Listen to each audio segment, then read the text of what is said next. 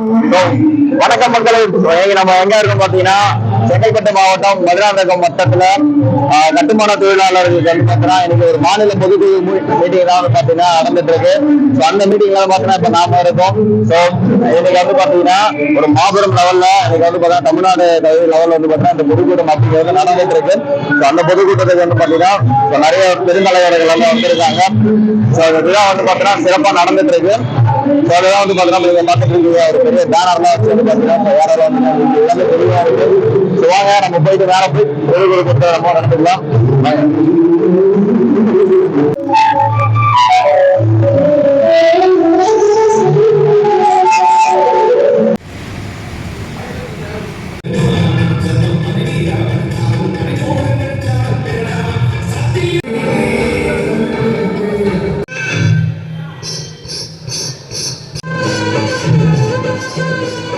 தலைமையில சாப்பாடு கொண்டாடும் கப்பக்கிழங்கு அம்மம்மா அங்கம்மா சில போல ஷோக்காக உன்னத்தான் பெற்று போட்டுட்டா உங்கம்மா அங்கம்மா பல விட்டு பலகாரம் ஒன்னாத கூட்டாஞ்சோறுதா இல்லையா கூட்டாஞ்சோறுதா இல்லையா ஒல்லையா பல சாதி இது போல ஒன்னான சண்டை வருமா இல்லையா?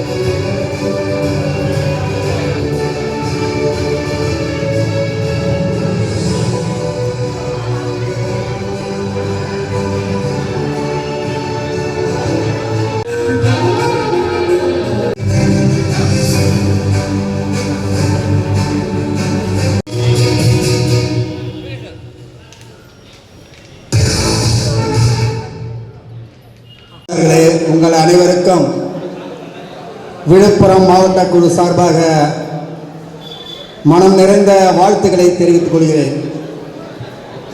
இந்த நேரத்திலே இன்றைக்கு ஞாயிற்றுக்கிழமை, இன்னைக்கு ஒரு நாள் தான் தொழிலாளருக்கு ஓய்வு கிடைக்கும் தினம். இந்த தினத்திலே எண்ணெய் தேய்த்து இன்னும் பல பல பிரச்சனைகளோடு மனதில் குடிகொண்டு இந்த இடத்தில் நம் சங்க கூட்டங்கள் என்ன சொல்கின்றது, இந்த ஒரு நாள் நம்மளுக்கு வேலைகளை தள்ளி வைத்துவிட்டு இந்த சங்க கூட்டத்திற்கு நீங்கள் வந்து ஒத்துழைப்பு கொடுத்ததற்கு மனமார்ந்த வாழ்த்துக்களை தெரிவித்துக் கொள்கிறேன். தமிழ்நாடு கட்டுமான உடல் உழைப்பு தொழிலாளர் நல மத்திய ஐக்கிய சங்கம் சார்பிலே இன்றைக்கு மிக சிறந்த ஒரு கூட்டத்தை ஏற்பாடு செய்திருக்கின்ற அருமை தோழர் விஜே குமார் மாநில தலைவர் அவர்களே, வரவேற்பை ஆற்றி எம்எல் ராஜசேகர் மாநில பொதுச் செயலாளர் அவர்களே, ஜான்குமார் மாநில பொருளாளர் அவர்களே, எஸ் கண்ணன் மாநில துணைத் தலைவர் அவர்களே, பழனி ஆசாரி பொதுச் செயலாளர் அவர்களே, அர்ஜுனன் மாநில குழு தலைவர் அவர்களே, ஐயனார் அப்பன், ராமு தமிழமுதன், இந்த நிகழ்ச்சியிலே சிறப்புரை ஆற்ற வருகை தந்திருக்கும் ஆர் கிருஷ்ணன் செயலாளர் உயர்நீதிமன்ற வழக்கறிஞர் அவர்களே, தேசிங்க அவர்களே, ஏற்புரை இந்த நிகழ்ச்சியிலே கூட்டமைப்பு மாநில தலைவர் அருமை தோழர் கதிர்வேல் அவர்களே, கோவிந்தசாமி மாநில தலைவர் அவர்களே, வேலூர் மாவட்டத்துடைய இமயவரமன் அவர்களே, சீனிவாசன் மாநில ஒருங்கிணைப்பாளர் அவர்களே, தஞ்சாவூரை சேர்ந்த பன்னீர்செல்வம் அவர்களே, மயிலாடுதுறை சேர்ந்த தியாகராஜன் அவர்களே, வேலூர் செயலாளர் அவர்களே, விடுபெற்றிருந்த அனைத்து தோழர்களுக்கும் பேர் நான் சொல்கிறதுக்கு டைம் இல்லாதால, ஏன்னா 5 நிமிஷம் சுருக்கமான விஷயங்களை நான் சொல்லி விடைபெறணுன்றது இந்த கூட்டத்தோடைய இது. அதை பின்பற்றணுன்றதுக்காக சுருக்கமான உரையை நான் நிகழ்த்த வருகை தந்திருக்கிறேன். இந்த கூட்டத்தில் நீங்கள் முதல்ல புரிஞ்சு கொள்வது என்னன்னா, ஒரு தொழிலாளியும் இங்கே கூட்டம் நடந்துருக்குது. ஒரு பக்கம் அவங்க சொந்த கதையும் சோக கதையும் பேசிக்கிட்டு இருக்கிறீங்க. நீங்கள் இங்கே இந்த கூட்டத்துக்கு வந்துட்டு நீங்கள் போகும்போது பல பேர் உங்களை கேட்பாங்க, இந்த கூட்டத்துக்கு போனீங்களே என்ன நடந்தது, என்ன நிகழ்ச்சிகளை செய்தாங்க அப்படின்னு கேட்கும்போது நீங்கள் அங்கே தெரிந்து முடிக்கக்கூடாது. அதனால கவனமாக நீங்கள் கேட்டாதான் இந்த கூட்டத்தில் எங்கள் கூட்டத்தில் எடுக்கப்பட்ட முடிவுகள் இதுதான் அப்படின்றத நீங்கள் சொல்லும் போது தான் பல அரசியல் கட்சியும் உங்களை பார்த்து கொண்டு இருக்கும். ஏன்னா நம்மளாம் கூட்டத்தை சேர்க்கிறோம் முடியல, ஏதோ இலவசத்தை கொடுத்து சேர்க்கிறோம் முடியல.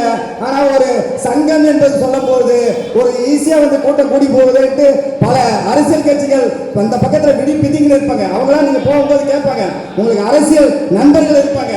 அதனால கூட்டத்தில் கவனமாக கேளுங்க. தங்கம் செய்யாத வேலையை சங்கம் செய்யும் என்பது சொல்வார்கள். ஏன் அந்த வார்த்தையை சொன்னார்கள் என்றால், தங்கம் கஷ்டத்துக்காக உதவக்கூடியது, சங்கம் உங்களுடைய பிரச்சனைகளுக்காக உதவக்கூடியது. அப்ப அப்படிப்பட்ட ஒரு மிக சிறந்த சங்கத்தில் நீங்க பயணிக்கிறீங்க போது எவ்வளவு பொறுப்போடு நீங்கள் செயல்பட வேண்டும் என்றது ஒரு உதாரணத்துக்கு சொல்றேன். எங்க விழுப்புரம் மாவட்டத்தில் நான் வந்து டிகேடியூசி சங்கம் வச்சிருக்கிறேன். கட்டுமான தொழிலாளர் ஒருத்தர் வேலை பணியை முடிச்சுட்டு பாண்டிச்சேரி பக்கம் எங்களுக்கு, பாண்டிச்சேரியிலேருந்து வரவங்க எப்படி வருவாங்கன்னு உங்களுக்கு தெரியுமே. பணியை முடிச்சுட்டு ஒரு முழு பீர் பாட்டில் எடுத்து வயிற்றுல சொருகின்னு வந்தாரு. போலீஸ்கார் நில்லுன்னாரு. இவர் நின்றுட்டாருன்னா ஒன்றுமே பிரச்சனை இல்லை. அவரை பார்த்து அலறி அடிச்சுன்னு இவர் என்ன செஞ்சார், வண்டியை போட்டு முகந்தார், அந்த பாட்டில் உடைச்சி வயிற்று கீச்சிருது. எவ்வளோ பெரிய ஒரு கொடுமையான ஒரு தொழிலாளி காலையிலேருந்து போயிட்டு சாரத்தில் ஏறி உயிரை பணை வைத்து செய்யக்கூடிய வேலை. அந்த இடத்துல தப்பிச்சு இங்கே வந்து இந்த இடத்துல இது மாதிரி வேலைகளை ஈடுபடும் போது எவ்வளோ பெரிய மன சங்கடம். ஏன்னா இங்கே எல்லாருமே பதிவு பண்ணியிருந்தாங்க. வழக்கறிஞர் சட்ட ஆலோசனை சொல்லியிருந்தாரு, முதல்ல லைசன்ஸ் இருக்கணும்னு. உண்மையிலுமே சொல்கிறேன், எத்தனையோ தொழிலாளர்கள் வண்டி வச்சுக்கிறாங்க, அந்த வண்டிக்கு எஃப்சி இல்லை, இன்சூரன்ஸ் இல்லை. மிகப்பெரிய கொடுமை. நம்ம 5 லட்ச ரூபா நம்மளுக்கு விபத்து ஏற்பட்டதுன்னா கிடைக்கும் தான். ஆனால் கேட்குற ரூல்ஸ் எல்லாம் நீங்கள் இருக்கணும்ல. அப்ப இதையெல்லாம் தவற விட்டு ஒரு தொழிலாளர்களை ஒரு 5 லட்ச ரூபாய் வாங்கி கொடுக்கணும் சங்கத்தை குறை சொல்றவங்க நிறைய பேர் இருக்காங்க. அதனால ஒரு தொழிலாளர்களும் ஒரு தொழிலாளர்களும் சரியான முறையில் நம்ம பயணிக்க வேண்டும். சரியான முறை சங்கம் என்ன வழிகாட்டுதோ அந்த பயணிக்க வேண்டும் என்று இந்த நேரத்தில் நான் இதை உங்களிடம் தெரிவிக்கிறேன். அதே போல இந்த நிகழ்ச்சி என்பது ஏதோ ஒரு ஆண்டுக்கு ஒரு முறை நடைபெறுகிறது, ஒரு சம்பிரதாயத்துக்காக நடைபெறுகிறது என்று நீங்க நினைக்க கூடாது. இது நம்மளுடைய உரிமையை பேசக்கூடிய இடம். நம் சட்டங்களை என்னென்ன சொல்கின்றார்கள், இன்னைக்கு என்னென்ன சட்டங்கள் நிறைவேற்றப்படாமல் இருக்கிறது, எத்தனை கோடி தொழிலாளர்களுடைய பணம் வைப்பு தொகையாக இருக்கிறது, இதெல்லாம் கேள்வி கேட்கறதுக்கு யாருக்குமே துணிவு இல்லை. ஏன் என்று சொன்னால் 1000 ரூபாய் சம்பளம் போயிடும், 700 ரூபாய் தொழிலாளிக்கு போயிடும் சொல்லி ஒரு போராட்டத்துக்கு நீங்க வராத ஒரு யுத்தி தான் இன்னைக்கு மழைக்கால நிவாரண தொகை கேட்க முடியாத இருக்கிறது. பல சட்ட திட்டங்களை நம்ம வற்புறுத்த முடியாத இருக்கிறது. சங்கம் வைத்து விட்டால் தலைவர்கள் மட்டும் போய் பேசிவிட்டால் போதுமா? ஒரு தொழிலாளரும் உணர்வுபூர்வமாக நீங்கள் வென்றெடுக்க வேண்டும், நீங்கள் வீரியமாக செயல்பட வேண்டும் என்று சொல்லி இந்த நேரத்திலே உங்களை பணிவோடு இந்த நிகழ்ச்சியை வாழ்த்துறை வருகின்ற எனக்கு பேச வாய்ப்பளித்திற்கு நன்றி கூறி விடைபெறுகிறேன். நன்றி, வணக்கம். ஏன் இதை நான் சொல்ல வரேன்னா, தொழிற்சங்கம்ங்கிற பேரில் எல்லாரும் தொழிலாளி சேர்க்காம யாரோ ஒரு ஆள் சேர்த்துட்டு இருப்பாங்க.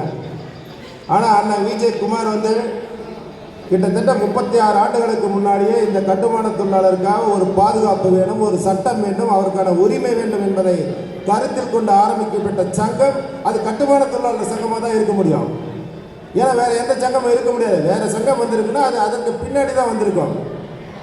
ஆனால் இங்கே இருக்கிற தொழிலாளர்கள் நீங்கள் எல்லாருமே இந்த வேலைக்கு ஏதாவது குவாலிஃபிகேஷன் ஐடென்டிஃபையோட வந்தீங்களா, ஏதாவது விரும்பி வந்தீங்களா இந்த வேலைக்கு? யாரோ ஒரு ஆள் சொல்ல முடியுமா இந்த வேலைக்கு நான் விரும்பி தான் வந்தேன், நான் சித்தால் வேலைக்கு வந்தேன்னு சொல்ல முடியுமா? சொல்கிறதுக்கு வாய்ப்பு இருக்கா? இங்கே இருக்கிற மேடையில் நிறைய பேர் மேஸ்திரியாக இருப்பீங்க, இல்லை சென்ட்ரிங்காராக இருப்பீங்க, இல்லை பெயிண்டராக இருப்பீங்க, இல்லை எலக்ட்ரீஷியனாக இருப்பீங்க. யாராவது இந்த வேலைக்கு நான் விரும்பி தான் வந்தேன்னு சொல்கிறதுக்கு யாராவது ஒரு ஆள் இருக்கீங்களாங்க? ஏன் இந்த அரங்கமே அமைதியாக இருக்கீங்கன்னு எனக்கு ஒன்றும் புரியல. இந்த கட்டுமான தொழிலுக்கு நான் விரும்பி தான் வந்தேன் அப்படின்னு சொல்கிற அளவுக்கு யாராவது ஒரு ஆள் இருக்கீங்களா? 100% இருக்க வாய்ப்பே இல்லை. ஏன்னு கேட்டிங்களா, நீங்கள் எதையாச்சும் நம்ம இந்த கட்டுமான தொழிலாளருடைய வர்க்கத்தினுடைய நிலை என்னன்னு சொன்னால், படிப்பறிவு இல்லாத தொழிலாளி, ரெண்டாவது எந்த எக்ஸ்பீரியன்ஸும் கிடையாது, அனுபவமே கிடையாது.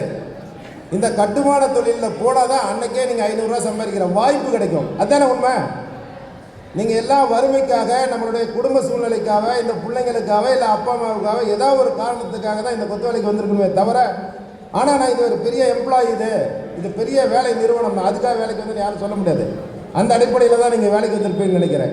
ஆனால் இப்போ ஏற்பட்ட இந்த தொழிலாளிக்கு இந்த சமூகத்தில் ஒரு பாதுகாப்பு இருக்கா அப்படின்னு சொன்னால் அது கேள்விக்குறி தான். எந்த சட்ட பாதுகாப்பும் இல்லாத நேரம். ஏன்னா 36 ஆண்டு காலத்தில் எந்த சட்ட பாதுகாப்பும் இந்த கட்டுமான தொழிலாளி கிடையாது. நீங்கள் எல்லாம் எண்ணி பார்க்க வேண்டும்.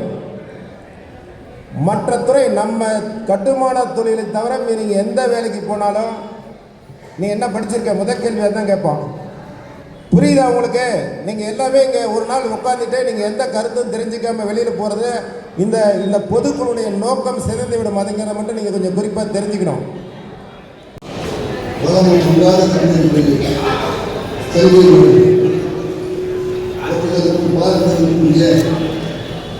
தமிழ்நாடு கட்டுமான உடலுழைப்பு தொழிலாளர் மத்திய சங்கத்தினுடைய அருமை கூறுவதை நடத்தி கொண்டிருக்கிற எங்களின் தமிழ்நாடு தொழிற்சங்க உரிமை பாதுகாப்பு கூட்டமைப்பின் சார்பில் வேலூர் மாவட்டத்தின் சார்பில் ஐயா அவர்களுக்கு இந்த சாவை அணிவித்து மகிழ்கின்றோம்.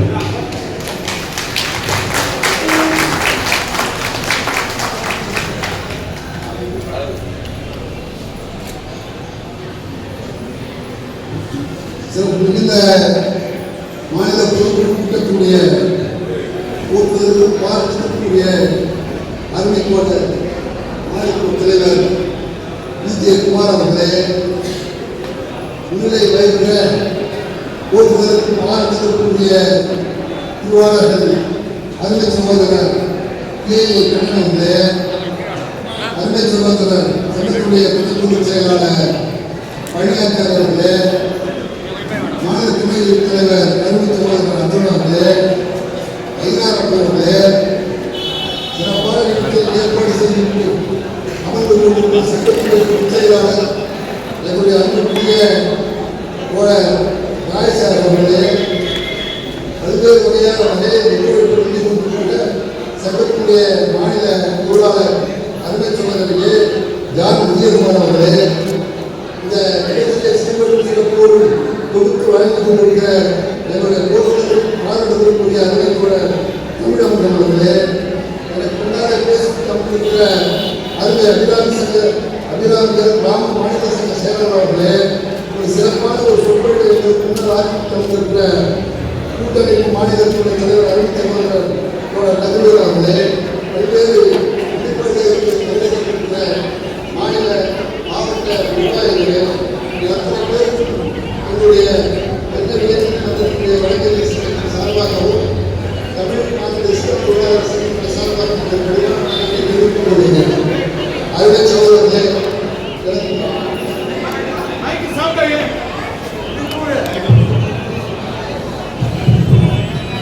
எனக்கு முன்னாலே பேசிட்டு அவங்களுக்கு அறுபது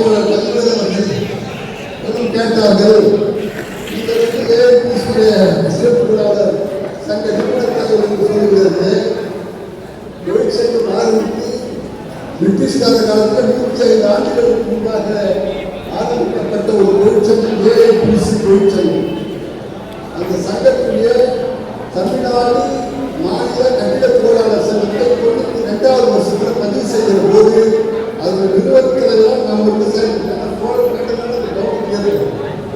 ஆகவே முதலில் அவர்கள் ஏஐபிசி கட்டிட தொழிலாளர் சங்கத்தை தமிழகத்திலே உருவாக்கிய நிறுவனர் தலைவர் என்கிற அடிப்படையில் அந்த காலகட்டத்தில் மத்திய அமைச்சராக இருந்த ஓபிஎஸ் அவர்கள் ஒத்துழைக்கிறார். அந்த காலகட்டத்தில் தான் இந்தியா முழுவதுமே அடித்திரட்டப்படாத தொழிலாளர்கள் ஏறக்குறைய 10 கோடிக்கும் மேற்பட்ட தொழிலாளர்கள் அவர்களுக்கெல்லாம் வாரியம் வேண்டும் என்று ஏஐபிசி சார்பாக இணங்க அன்றைக்கு அணிதிரட்டப்படாத தொழிலாளர்கள் அனைவருக்கும்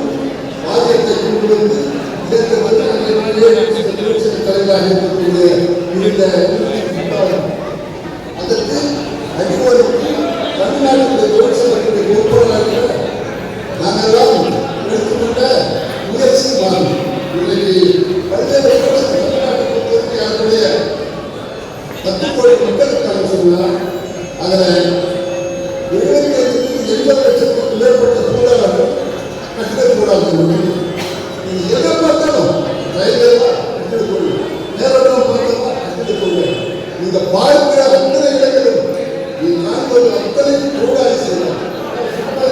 அவங்க 2 சென்ட் 3 சென்ட் இருக்காது. ஆகவே இந்த வழியே சொல்வதற்கு யாரெல்லாம் நெசவு செய்கிறார்களோ அவர்களுக்கு வாடகை இருக்கிறார், யாரெல்லாம் கட்டளை செய்கிறார்களோ ஏனென்றால் அந்த சமூகம் கண்டிருப்பாங்க. அதே போல ஒவ்வொரு தொழிலாளர்களோட சமூகம் இலேசியோடோ சித்தாளிகளோடோ ஆனால் இது போதுமான விற்கிற விலைவாசிகளுக்கு ஏற்ப தொழிலாளிகளுக்கான கூலி போதுமானதாக இல்லை. ஆகவே இது எல்லாம் அரசாங்கம் அது பிறகு பல தோழர்கள் மிக சிறந்த ஆக்கியிருப்பார்கள், பல கருத்துக்களை கூறியிருப்பார்கள். ஆனால் நேரம் சென்னை மன்னிப்பிட்டேன் அங்கிருந்து வரக்கூடிய பிடிச்சு போடுறாங்க கட்டிடம் நடந்துள்ளதால் நாங்கள் வருவதற்கு காலத்தாமதம் அதற்கு முன்னால் பல கருத்துக்களை எல்லாம் பதிவு செய்திருப்பாங்க. என்றாலும் நான் கடந்த நவம்பர் மாதம் 28ஆம் தேதி என்னுடைய தொழிற்சங்கத்தினுடைய அகில சார்பாக உழைக்கிற மக்கள், பாடுபடுகிற மக்கள், பலத்தில் இருக்கக்கூடிய இந்தியா முழுவதும் இருக்கக்கூடிய ஏறக்குறைய 70 கோடிக்கு மேற்பட்ட தொழிலாளர்களுடைய பிரச்சனைகளை இந்த அரசு தீர்க்கவில்லை.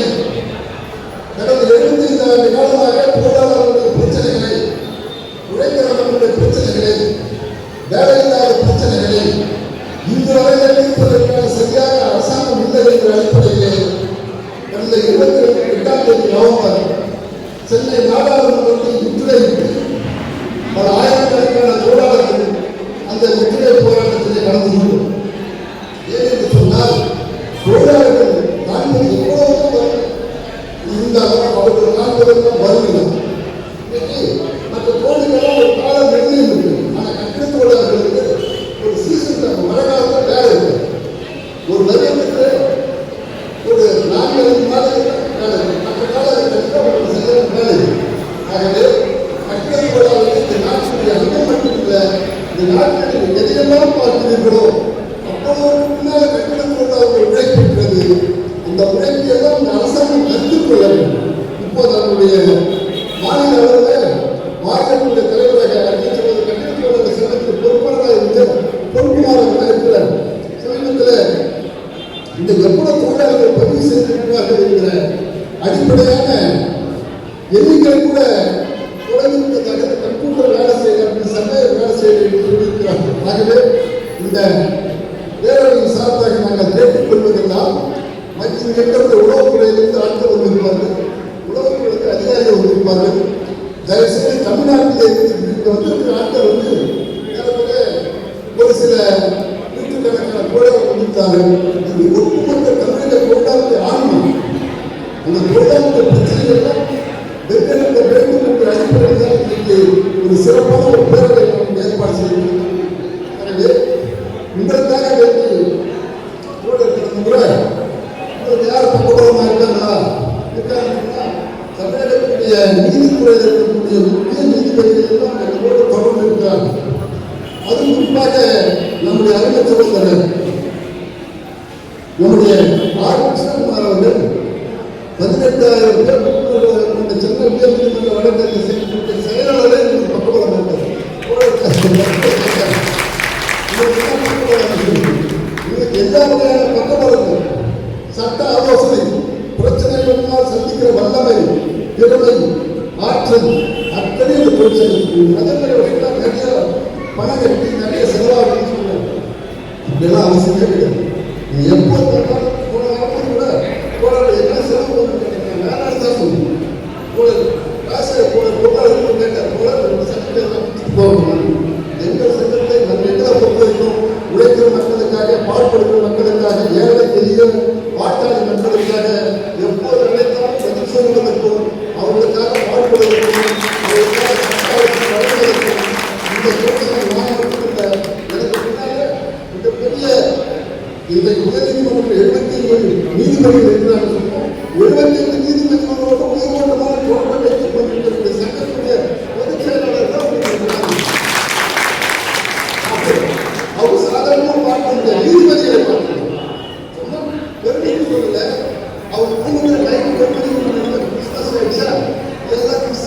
எல்லா சர்ச்சுக்கு ஃபாதர் வந்து போடுவாங்க.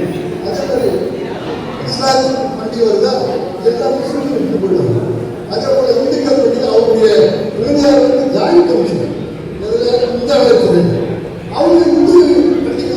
ஆகவே இந்துக்கள் பண்டிகை என்றாலும் இஸ்லாமிய பண்டிகை என்றாலும் கிறிஸ்துவர்கள் பண்டிகை என்றாலும் நமக்கு ஜாதி மதம் உடன்பாடு இல்லை என்று சொன்னாலும் மக்களுடைய தேவைகளுக்காக அழைக்கிறதெல்லாம் உடனோடு ஒத்துழைப்பு கொடுக்கக்கூடிய அருமையான சங்கத்துடைய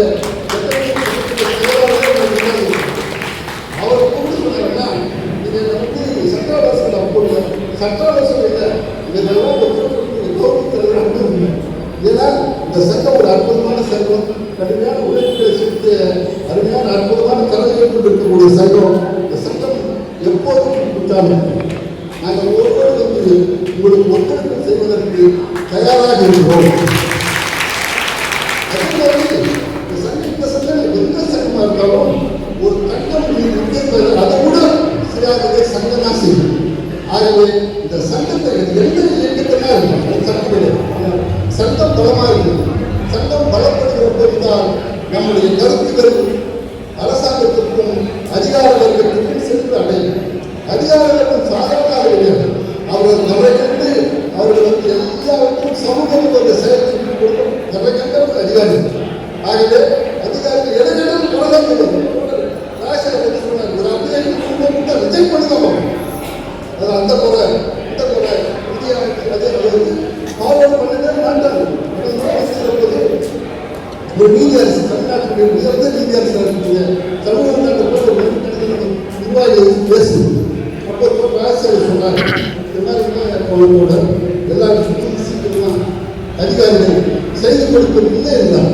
இன்றைக்கு சொல்கிறோம் இந்த பேரணி மூலமாக வருங்காலங்களில் தொழிலாளர்கள் உண்மையான பிரச்சனைகளை எந்த அதிகாரி லேபர் கமிஷனர் ஆஃப் சென்னையாக இருந்தாலும் சரி, டிஸ்ட்ரிக்ட் லேபர் கமிஷனராக இருந்தாலும் சரி, ஜாயிண்ட் கமிஷனராக இருந்தாலும் சரி, டெப்டி கமிஷனராக இருந்தாலும் சரி, லேபர் அசிஸ்டன்ட் கமிஷனராக இருந்தாலும் சரி, நீங்கள் தொழிலாளர் வர்க்கத்திற்கு எதிராக செயல்பட்டால் எழுதி வைத்துக் கொள்ளுங்கள், இந்த வேலையே ஆகும். அந்த அளவுக்கு தொழிலாளர்கள் பக்கபலமாக நாங்கெல்லாம் முடியாத எதிர்ப்பு. ஏன்னா அவங்க என்ன கேட்கிறாங்க, உண்மையை கேட்கிறாங்க. அதே போல தொழிலாளர்களுடைய எல்லா அப்டேட் பண்ணுங்க தொழிற்சங்கம் அட்ரஸ் நம்ம என்ன கேட்கிறோம். அதுக்கு தொழிலாளர்களுக்கு குறைந்தபட்சம் 3 சரி 9 தொழிலாளர்கள் இருக்கணும். அது ஆண் தொழிலாளிகள் பெண் தொழிலாளிகள். அதே போல அவர்களுக்கு ஒவ்வொருத்தருக்கும் குறைந்தபட்சம் 400,000 வீடு வேணும்.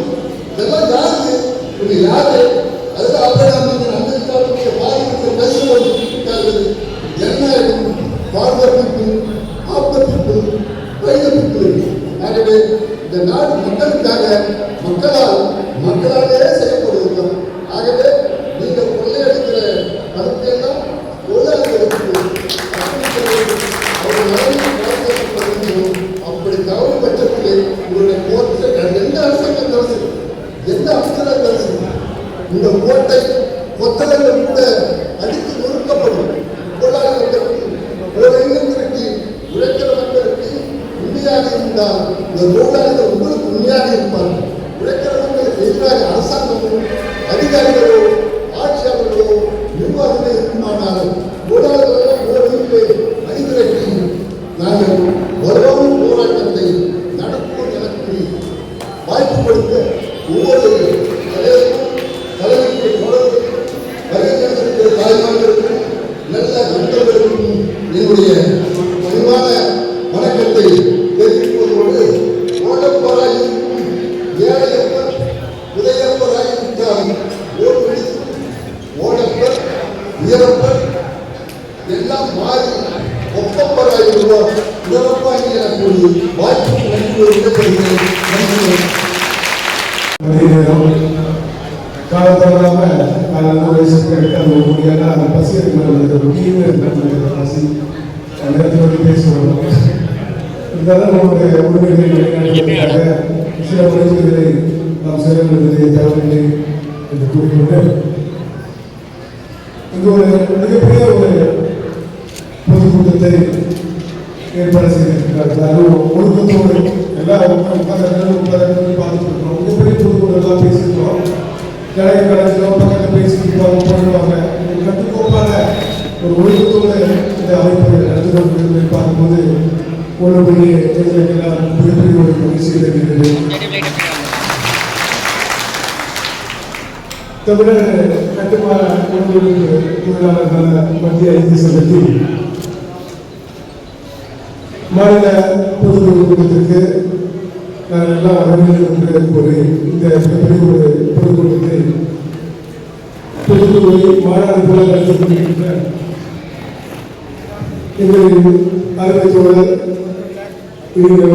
திரு விஜயகுமார் அவர்களை மாநில தலைவராக தலைமையில் நடந்து கொண்டிருக்கின்ற விஜயகுமார் அவர்களுக்கும் வரவேற்புரை நல்கி வேலையில் அமைத்துக் கொண்டிருக்கின்ற எம்எல்சி மாநில பொதுச் செயலாளர்களுக்கும் இந்த நிகழ்வுக்கெல்லாம் உங்கள் சேவைகளை சேர்த்து பதிவு கொள்வது மற்றும் மிகப்பெரிய அளவிலே வேறெல்லாம் வைத்து இந்த நிகழ்வு இப்போது இணைந்து நடந்து கொண்டிருக்கின்ற மாநில பொறுப்பாளர்கள் ஜான் விஜயகுமார் அவர்களுக்கும் மற்றும் இந்த அமைப்போடு இணைந்து செயலாற்றி கொண்டிருக்கின்ற இயற்கை கல்வியாளர்களுக்கும் வழி ஆசிரியர்களுக்கும் மருத்துவர்களுக்கும் வயதினர்களுக்கும் கிராமங்களுக்கும் இந்த நிகழ்வை அழகிய தமிழிலே ஒருங்கிணைத்துக் கொண்டு அனைவரும் ஒப்புக்கொள்ளாமல் இரவாக அறிவித்துக் கொண்டிருக்கின்ற சட்டமன்றங்களுக்கும் ஏழைய உறுப்பினர்களுக்கும் இறுதியாக செய்திருக்கிறவர்களுக்கும் தமிழகத்தில் மிகப்பெரிய தொழிலாளர்கள் சென்னை உயர்நீதிமன்றத்திலே மிகப்பெரிய வழக்குகளாக திகழ்ந்து ஏயுடிசியிலே ஒரு அமைப்பு இருக்கிறது என்றால் அதற்கு ஒரு முக்கிய காரணம் மட்டுமில்லாமல் சென்னையிலே எங்கே பார்த்தாலும் தொழிற்சங்க போட்டிருந்தா அங்கே ஒரு எந்த பெயர் இருக்கிறதோ இல்லையோ தேசிய வழக்கறிஞர் என்ற பெயர் மட்டும் அங்கே இருக்கும். அந்த அளவுக்கு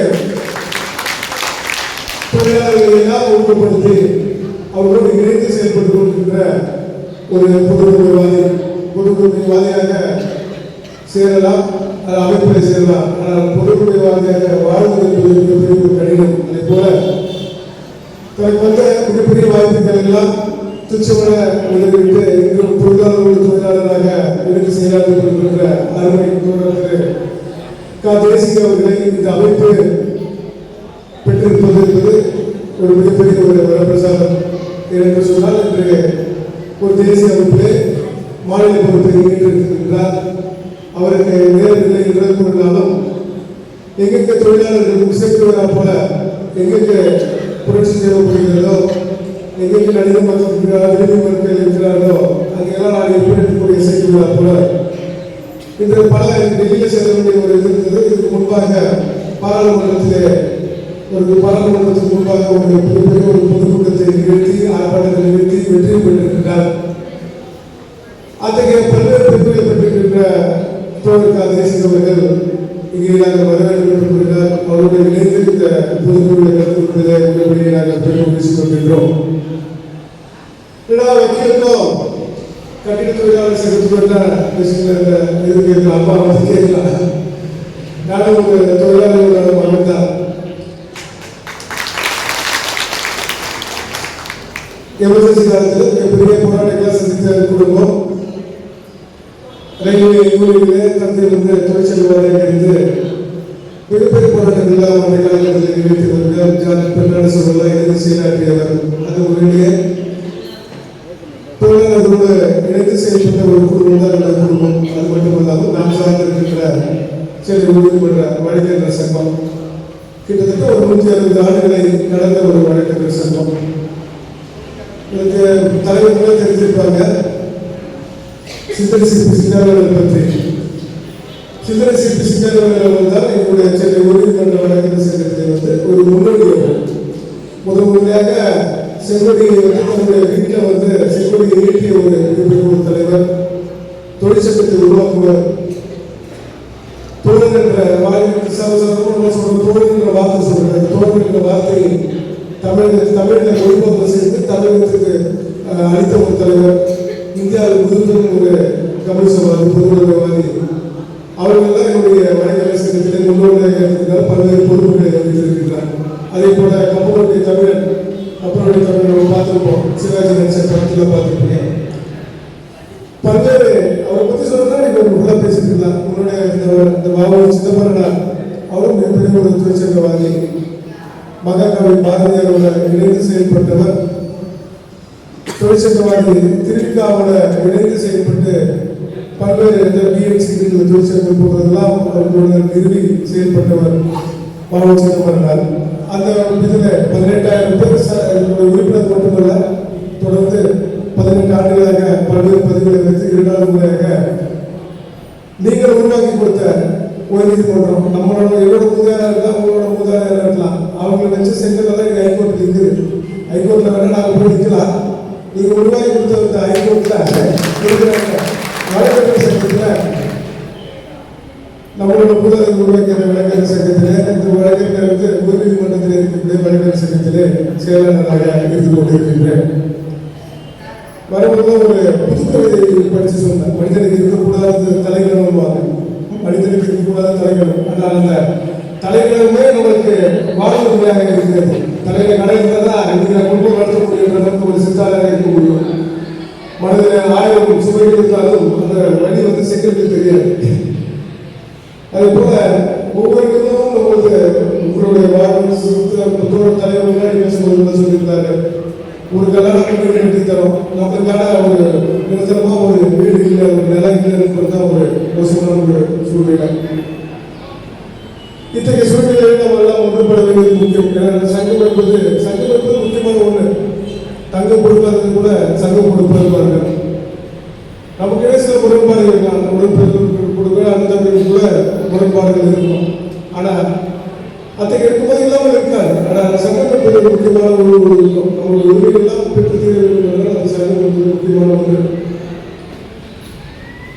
மார்க்ஸ் அவர்கள் கூறும்போது கூட உலக தொழிலாளர்களை ஒழுங்குபடுவதை சொல்றாங்க. ரஷ்யாவில் அதாவது இந்த சமூகத்து தொழிலாளர்களை ஒழுங்குபடுங்க, இல்லை ரஷ்யாவில் இருக்கிற தொழிலாளர்களை ஒழுங்குபடுங்க, இந்தியாவில் இருக்கிற தொழிலாளர்களை ஒழுங்குபடுங்க, சீனாவில் ஒழுங்குபடுங்க. சாதி மதங்களும் நலத்துக்கும் அப்பாற்பட்டது என்பது இந்த தொழிலாளர் சமூகம். அதே போலதான் நமக்கு பல்வேறு பிரிவுகள் இருந்தாலும், மதத்தை சார்ந்தாலும் சாதி சார்ந்திருந்தாலும், நாம் எல்லாம் சாதிக்கு அப்பாற்பட்ட மதத்துக்கு அப்பாற்பட்ட தொழிலாளர்களாக ஒன்றுபட வேண்டிய ஒரு நிலையில் இருக்கணும். அவ்வாறு ஒன்றுபடினால்தான் நம்ம வந்து தொழிலாளர்கள் ஒரு வர்க்கம் வந்து தங்கள் உரிமைகளை மீட்டெடுக்க முடியும். அடுத்த தலைமுறை என்பது ஒரு முன்னுரிமை செலுத்த வேண்டும் என்றால் இதெல்லாம் மறைந்து ஒரே சங்கமாக இணைந்து கோரிக்கைகளை முன்னிறுத்தி நம்ம செயல்பட வேண்டும் என்பது நம்மளுக்கு அத்தியாய கடமை என்பது யாருக்கும் ஒரு மாற்றங்களை இருக்க முடியாது. தொழிலாளருக்கு பல்வேறு கோரிக்கைகளை வச்சுக்காங்க. கோரிக்கைகள்லாம் முத்தான தீர்மானங்களுக்கு நிறைவேற்றப்பட்டிருக்கிறது. அதாவது 8 மணி நேர வேலை என்பது ஐநாவோட பொது சபையில் அனுமதிக்கக்கூடிய மனித உரிமை ஆளுநருக்கு ஏற்பட்டிருக்கிற ஜெனிவாவில் அதில் கூட ஒரு நீதியரசர் சொல்றதுலேருந்து 8 செஷனுக்கு நான் பேசியிருக்கேன். அத்தகைய மேற்கத்திய நாடுகளில் கூட 8 மணி நேர வேலை திட்டம் என்பது இல்லை. இங்கே சென்னைக்கு மிக அருகில் இருக்கிற தமிழகத்துக்கு போட்டிருக்கின்ற பாண்டிச்சேரியில் கூட 8 மணி நேர வேலை திட்டத்தை கேட்டு தோழர் சுப்பையா தலைவர் வந்து போராடுறாங்க. கிட்டத்தட்ட 12 பேர் போல துப்பாக்கி சூழல் செயல்படுறாங்க. சமத்துவம் சகோதரத்துவம் சொல்லிய அந்த புரட்சி இருந்த பாண்டிச்சேரியில கூட உயிரை இழந்துதான் பண்றோம். ஆனா இங்க 1942 கத்தியின்றி ரத்தமின்றி அண்ணல் அம்பேத்கர் அவருடைய தலைமையிலே அமைந்த அவருடைய தொழிலாளருடைய கவுன்சிலர் இருக்காரு. அவர் சொல்றதுக்கு முன்பே 8 மணி நேர வேலை திட்டத்தை ஏற்படுத்தியிருக்கிறார். 8 மணி நேர வேலை திட்டம், 8 மணி நேரம் ஓய்வு, 8 மணி நேரம் உழைப்பு இந்த சமூகத்தில் எடுத்துக் கொள்ளப்பட்டது. அதே போல எண்ணற்ற மகப்பேறு உரிமைகள், தொழில் EPF உரிமைகள், சம உரிமை எல்லாருக்கும் சமபாலினத்துக்கு சம ஊதியம். ஆனால் 1942, 47 சுதந்திரத்துக்கு முன்பே ஏற்படுத்தக்கூடிய அந்த உரிமை கூட இன்னைக்கும் இருக்கு. நான் ஏற்றதான் இருக்கு. நமக்கான அந்த உரிமைகள் கிடைக்க மாட்டேங்கிறது மிக ஒரு வெற்றிக்கான ஒன்று. ஆட்சியாளர்களும் சரி, இந்த அரசும் சரி, வெற்றி தளர்ப்பு வேண்டிய ஒரு சூழ்நிலை இருக்கிறதுனா அது உண்மைதான். யாருக்கும் ஒரு மாற்றுக்கிறது இருக்காது. எல்லாரும் 8 மணி நேரம் இருந்தாலும் அது ஒழுங்குவாங்க. 8 மணி நேரத்துக்கு வேலை மீறி நான் உழைக்கணும். ஆணுக்கும் பெண்ணுக்குமான சம உரிமை சம ஊதியம் கிடைக்கிறதா? இன்றைக்கு ஒரு சம ஊதியம் வந்து கிடைக்கவில்லை. பாலின வேறுபாடுகள் இருக்கிறது. சில உயர்நீதிமன்றத்தில் பெண்களுக்கு இதெல்லாம் ஒரு பாலின கூட்டங்களோ இது ஒரு தவறு நடந்தால் அதுக்கு ஒரு கமிட்டி இருக்குது. அந்த கமிட்டியில் தொடர்ச்சியாக நான் வந்து நிதியரசர்களோடு இன்றும் அந்த பாலின வேறுபாடு கொடுத்து அந்த கமிட்டியிலே உறுப்பினராக பண்ணுறோம். அதே போல கமிட்டிகளும் உங்களிடம் இருக்கிறது. உங்களுக்கு ஏதாவது ஒரு தவறுகள் இழைக்கப்பட்டால் அந்த கமிட்டியில் நீங்கள் சொல்ல வேண்டியது ஒரு கடமை. அதே போல வாரியமும் எளிமையாக செயல்படுத்திருந்தால் இல்லை இந்த வெப்சைட்ல அப்லோட் பண்ண சொல்றாங்க. அதுக்கப்புறம் அந்த ஓடிபி வந்து நம்ம பெறுறாங்க, ஓடிபி பெற்று கொள்ளுங்கிற போதுதான் இருக்கிறது. இதெல்லாம் ஒரு படித்தவர்கள் பட்டுக்கொண்டவர்கள் ஐஏஎஸ் ஆஃபீஸர்லையோ இல்லை கிளிக்க வச்சா கூட பண்ணலாம். அது கூட எங்களோட அந்த மீடியாவில் பேசக்கூடிய அந்த வீடியோ கான்ஃபரன்ஸ் வந்து கூட இந்த வழக்கறிஞர் சட்டமும் நாங்கள் எதிர்த்திருக்கணும். உங்களுக்கு எல்லாம் அந்த எளிமையான இந்த குறைபாடு ஏற்படுத்த வேண்டும். இந்த ஐக்கிய சங்கமானது மத்திய ஐக்கிய சங்கம் பல்வேறு குறைகளை கொடுத்து ஆர்ப்பாட்டங்கள் நம்ம பண்றோம். ஆர்ப்பாட்டம் பண்ணும்போது ஆர்ப்பாட்டத்தில் பண்ண விதிக்கப்பட்ட அந்த வழக்குகளை எல்லாம் அரசு வந்து தானாக வந்து திரும்ப பெற வேண்டும். எம்எல்ஏ எம்பிகள் வழக்குகளாக மேல்முறையீடு செய்வதில்லை. ஆனால் நமக்கு பின் போடப்பட்ட வழக்குகள் அவர்கள் காழ்ப்புணர்ச்சி காரணமாக ஆர்ப்பாட்டத்தை ஒடுக்க வேண்டும் என்றால் அந்த காலகட்டத்திலே போலீஸ் அமைச்சு மேலே 2 கேஸ் இருக்குது, ஸ்டேஷனுக்கு வந்து க்ளோஸ் செய்கிறார்கள். இதெல்லாம் வந்து தவிர்க்கப்பட வேண்டும். அந்த வழக்குகள் எல்லாம் திரும்பப்பட வேண்டும். நம்மகிட்ட சீட்டிங் கேஸ்லையோ ஒரு 302 மாடல் கேஸ்லையோ வேற எந்த கேஸ்லையோ போகிறோம். நம்ம உரிமைகளை நிலைநாட்டுவதற்காக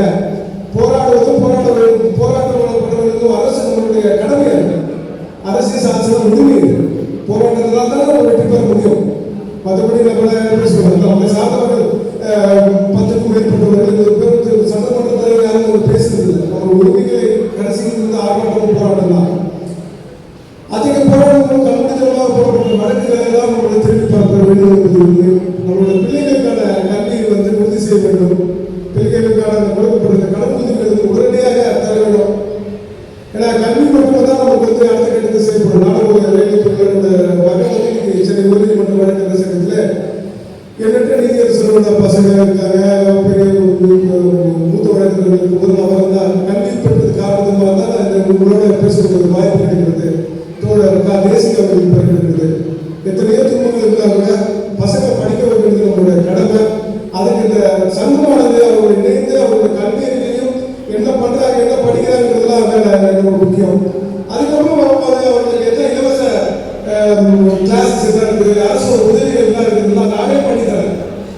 தோழர்கள் முன்னாடி பேசுவது தலைவர் பேசும்போது சரி எல்லாம் கேட்டுருந்தாங்க. அந்த மாதிரி நேரத்தில் நீங்க கூப்பிடுங்க, நாங்கள் கூட வரது தயாராக இருக்கோம். அரசு செயல்படுற திட்டங்கள் என்ன அந்த திட்டத்தை சொல்லிட்டு அந்த திட்டம் உங்களுக்கு வரலன்னா சரி உயர்நீதிமன்றத்தில் நான் 12 லட்சத்துக்கு மேலே இருக்கிற ஒரு இது பேசுவது இருக்கும், ஜூனியர்ஸ் இருக்காங்க, அதுக்குடைய நடைபெற்று இருக்கோம். கூட இந்த பிரிசன்ல குற்றவாளிகளுக்கான அவங்க உரிமைகள் மறுக்கப்படுது, அடக்குமுறைகளுக்கு கூட போராடி தான் போயிடுவாங்க. எல்லாம் போயிட்டு வருது. அதை போல உங்களுக்கான உரிமைகள் கேளுங்க. இல்லை மறுக்கப்பட பக்கத்தில் எங்ககிட்ட வாங்க, நான் படிக்கிறேன். எல்லாரும் வந்து உங்களுக்காக இதை வழக்கறிஞர் கேஸுக்காக பேசுறதா நீங்க கொடுக்குறத பண்ணுங்க, இதெல்லாம் செலவாக பண்ணுங்க. மற்றபடி நாங்கள் நல்லாவே சம்பாதிக்கிறோம், நல்லா இருக்கிறோம், தொடர்ச்சியாக வேற வழக்கெல்லாம் சம்பாதிக்கிறோம். சமூக ரீதியாக எங்களுக்கும் ஒரு கடமை இருக்குது, சில சமூகத்துக்கு செய்ய வேண்டிய கடமை இருக்குது. அதனால உங்களோட வழக்குகளும் எடுத்துவாங்க. அதாவது பாதிக்கப்படுறோம், உள்ள வந்து உயிரிழப்பு ஏற்படுது, பெருங்காயங்கள் ஏற்படுது, இது அனாவசியமான காலநம்பர்கள் ஏற்படுது. இந்த காலநம்பரத்துலாம் பண்ணுறா ஹைகோர்ட்டில் போட்டு ஒரு ரிட்டு போடலாம். இல்லை கேஸை வந்து எளிதாக முடிச்சு சொல்லலாம். இல்லாட்டி உங்களுக்கு உரிமைகள் பாதிக்கப்பட்ட போது எதாவது போட்டால் அது கொடுங்க. உங்களுக்கு எதிரான தாக்குதலோ குற்றவியலோ நடைபெற்றாலும் பண்ணுறேன். இன்னைக்கு நான் பேசுறது புரிஞ்சு கைதட்டு அதே சந்தோஷமா இருக்குது. சில பேர் போறேன் கட்சி வரைக்கும் வச்சு பார்த்துட்டே இருக்கிறாங்க. ஏன்னா எல்லாம் வெளிமாநிலத்தில் வராங்க, அசாம்ல வராங்க, வராங்க, நேபாள திருப்பூர்ல வராங்க. நம்ம பேசுறது என்னன்னு தெரிய மாட்டேங்குது. தொழிலாளர்கள்லாம் ஒண்ணுதான். ஆனா இங்க இருக்கக்கூடிய தொழிலாளர்களோட உரிமைகளே நம்ம வந்து அரசு வந்து செய்யப்படவில்லை. பாதிப்பு இருக்கும் போது அதுக்கு இதெல்லாம் நம்ம தவிர்க்கப்பட வேண்டும். தொழிலாளர்களுக்கான உரிமைகளை ஃபர்ஸ்ட் அவங்க வந்து சரி செய்ய வேண்டியது அரசோட கடமை. அதை பெற்றுத்தர சங்கத்தோட உரிமை. எனவே பல்வேறு கோரிக்கைகளை நீங்கள் நிறைவேற்றிருக்கீங்க. அந்த கோரிக்கைகள்லாம் நிறைவேறும் காலம் வந்து வெகு தொலைவில் இல்லை. இந்த கோரிக்கைகள்லாம் நிறைவேறி ஒரு மிகப்பெரிய மாநில அளவிலே வெற்றி மாநாடாக நடைபெறும். அதிலே என்னுடைய மூத்த வழக்கறிஞர் தேசிக அவர்களும் நானும் கலந்து கொண்டு வாழ்த்துறை தெரிவிக்க நாங்கள் ஆயத்தமாக இருக்கின்றோம். அது மட்டுமல்லாமல் நாம் தேசிய மட்டுமல்ல இதோடு இணைந்த வழக்கறிஞர் தொழிலும் சரி நாடு ஒரு சென்னை உயர்நீதிமன்ற வழக்கறிஞர் சரி இல்லாமல் நீதியரசர் கிருஷ்ணய்யர் மிகப்பெரிய வாய்ப்பு தெரிஞ்சிருந்தது. ஜெயில இருந்து ஒரு போஸ்ட் கார்டு எழுதி போட்டா கூட அது ஒரு பில்லா வந்து 60,000 சொன்னார் தலைவர் அவர்கள். உண்மைதான், ஒரு போஸ்ட் கார்டு எழுதி போட்டா கூட அது வந்து இலவச சட்ட உதவியாக எடுத்து அரசு வந்து அந்த ஹைகோர்ட் வந்து அந்த வழக்கு நடத்தணும் சொல்லி தீர்ப்பு கொடுத்தவர். இன்னைக்கு இலவச சட்டமையெல்லாம் உருவாக்கியவர் அவர் தான். அந்த ஒரு சட்டத்திலேயே அந்த மாநில தேசிய செயற்குழு உறுப்பினராக இருக்க, மாநில செயலாளராக இருக்க தோழர் தேசிய அவர்கள் மாநில துணைத் தலைவராக இருக்கணும். ஒருவேளை நாங்கள் அந்த மாதிரி முன்னோர்களெல்லாம் உள்ள வழிகாட்டியாக கொண்டு செயல்பட்டவர்கள் தான். எனவே உங்களுக்கு எங்களால் முடிந்தது மருத்துவ கேம்பர் இது பண்ணுங்க, இங்கே சொல்லுங்க. நம்ம நாங்கள் வரோம், நீதியரசர்களை கூப்பிட்டு வரோம். முன்னாடி ஒரு இங்கே வந்த நீதியரசர், மேலாண் நீதியரசர் ஒரு தமிழர் தமிழ் மாநில அவர்கள் வந்தாங்க, பேசிட்டு போனார். நல்ல உள்ளத்தில் தான் நம்ம ஒரு வாழ்த்துக்கள் இருக்கு. அவர் ஒரு மிக உயர்ந்த ஒரு பதவி அவருக்கு அரசியலுள்ளது. அதாவது தாழ்த்தப்பட்டோர் பழங்குடியினர் வாரியத்தின் தலைவராக அவர் இருக்கின்றார், சிவனை செயலாற்றப்பட்டிருக்கிறார். அவர் விருப்பம் தெரிவித்துள்ளார். ஒரு வெற்றி மாநாட்டிலும் உங்களோடு கலந்து கொண்டு அவர் ஆயத்தமாக இருக்கின்றார். இது போன்ற நீதியரசர்கள் நாங்கள் இப்போ வழக்கறிஞர்கள் எல்லாம் உங்களுக்கு இலவச சட்ட முகாம்கள் நாங்கள் நடத்த தயாராக இருக்கின்றோம். அதே போல உங்களோட வழக்குகள் எதிர்த்தாலும் சரியா, நீங்க என்ன பண்ணீங்களோ இல்லையோ எதிர்த்தாலும் எங்ககிட்ட வாங்க, நாங்கள் சரியாக இருக்கிறோம். அடிப்படையான கேஸ் இல்லை, எங்களோட உரிமைகள் பாதிக்கப்படுது. எங்களுக்கு கொடுத்துள்ள அந்த இதெல்லாம் வந்து அரசு செலுத்துள்ள வாரியங்கள் குறைபாடுகள், மற்ற ஏற்கனவே எங்களுக்கு நிலவரங்களின் உரிமைகள், நலத்திட்டங்கள், மானியங்கள், பிள்ளைகள் படிப்புகள், மகப்பேறுக்கான அந்த உதவித்தொகைகள் மறைக்கப்படுது. எதுனாலும் கேட்டு பாருங்க, இல்லைன்னா எங்ககிட்ட வாங்க, நாங்கள் தயாராக இருக்கிறோம். அதை செயல்படுத்துவதற்கு எல்லாம் மிகப்பெரிய அதிகாரியாக இருக்கிறீங்களா இல்லையா, போட்டது கூட இருக்கலாம், இயேசுக்குள்ள உட்காந்துருக்கலாம். ஆனால் நீதிமன்றத்தில் இருந்தாலும் அனைவரும் சமம். ஒரு பெட்டிஷனை போட்டு அதை போட்டு கோர்ட்டில் வர சொல்லி ஒரு கண்டனம் போடலாம், அதனால அவர் அதிகாரியாக இருப்பாரா இல்லை இன்னொருக்கான செயல்கள் போவாரா கூட தெரியாது. இது பேச்சுக்காக சொல்றதோ உங்களுக்கு கைதலுக்காக பேசக்கூடியது அல்ல. அது மாதிரி நீதித்துறை என்பது இந்த அரசியலமைப்பு வந்து மிகப்பெரிய ஒரு அதிகாரத்தை கொடுத்திருக்கின்றது. 3 தூண்களில் மிகப்பெரிய ஒரு தூண்களாக நீதித்துறை இருக்கிறது, இன்றும் இருக்கிறது. ஏன்னா கடந்த காலத்துல பார்த்துருப்பீங்க, கோடிக்கணக்காக லட்சக்கணக்கான கோடி வைத்தவர்கள் கூட இந்த நீதிமன்றம் அவர்களே அடுத்த காலகட்டத்திலே அவங்களுடைய ஒழுங்குகள் ஆகக்கூடிய செயல்கள் எல்லாம் நம்ம இந்த நீதித்துறையின் வழிகள் தெரியும். போகும்போது போறாங்க, வரும்போது கோயில் வந்தாங்க. காரணத்தை அறிய அதிக ஒரு வலிமையான ஒரு நீதித்துறையை பெற்றிருக்கிறது. ஆனால் என்னென்ன உரிமைகள் இருந்திருக்கு, ஒன்று கன்க்ளூஷன் முடிவுக்கே வர பசங்களை படிக்கிறதுலாம் டேட்டா எடுங்க. தலைவர்களும் சரி, அருமையான புதுசெல்லாம் சரி, எங்களுக்கெல்லாம் வாய்ப்பு கொடுத்த பொருளாதாரம் சரி, ஒரு டேட்டாவை மெயின்டைன் பண்ணுங்க. யாரை எதிர்க்கிறோம், எவ்வளோ பேர் கல்வி தொடங்கிங்கன்னா அவங்க பசங்க என்னென்ன படிக்கிறாங்க, என்னென்ன செய்யறாங்கிறதெல்லாம் கேளுங்க. உங்களால் முடிச்சவங்க நீங்க செய்யுங்க. அரசு என்னென்ன அவங்களுக்கு வாய்ப்பு கொடுத்துருக்குது, என்னென்ன செய்யறதுக்கு போங்க. நானே ஒரு 2000 லெட்டர் அடிச்சு வச்சிருக்கேன். இருந்தாலும் என்கிட்ட வாங்க, என் லெட்டர் செக்ரட்டரி கூட இருக்குது. லெட்டர் ஒவ்வொருத்தரும் அனுப்புறேன், நீங்க கேளுங்க. ரெப்ரசன்டேஷன் கொடுப்போம், இல்லைன்னா கோர்ட்ல போட ஹைகோர்ட்ல போட பண்ணிக்கலாம். அது கீழ் நீதிமன்றம் கொஞ்சம் காலதாமதம் போகலாம். இந்த காலதாமதத்தில் கூட இந்த கேஸை சீக்கிரம் முடிக்கணும். உடனே தீர்ப்பு கொடுக்க சொல்லக்கூடிய தகுதி வந்து ஹைகோர்ட் சுமூக போகிறது. இதெல்லாம் நாங்கள் செயல்படுத்த இருக்கிறோம். யாரையும் பாகத்தை வந்து ஒருத்தர் தொட்டு ஒரு மாதிரி சொல்ற மாதிரி நீதித்துறை என்பது உங்களுக்கு சில கருத்துக்கள் முரண்பாடு இருக்கலாம். காலதாமதம் வச்சு நீங்க வச்ச பண்ண வச்செல்லாம் இருக்கலாம். ஏற்கனவே தொழிற்சங்கத்திலிருந்து வந்தவர்கள் தான் நாங்கள். ஒரு தொழிற்சங்கத்தின் செயலாளராக இருக்கிற தொழிற்சங்கத்தின் முன்னோடிகளை நாங்கள் வழிகாட்டியாக பெற்றிருக்கின்றோம். இதெல்லாம் உங்களோடு நாங்கள் இந்த சங்கத்தோடும் சரி, தொழில்நுட்பத்தோடும் சரி கரம் கோர்த்து செயல்பட நாங்கள் தயாராக இருக்கின்றோம். நான் மட்டுமல்ல, நான் சார்ந்திருக்கின்ற இந்த வழக்கறிஞர் சரி, உயர்நீதிமன்ற வழக்கறிஞர் சங்கமும் சரி, அந்த பல்வேறு வழக்கறிஞர் சங்கமும் வழக்கறிஞர்களும் சரி, எல்லோரும் உங்களோடு இருப்போம். ஏனென்றால் நீங்கள் கட்டிய அந்த காரை வீட்டில் தான், சோறு வீட்டில், செல்ல வீட்டில் தான் நாங்கள் எல்லாம் இன்று ஆழமாக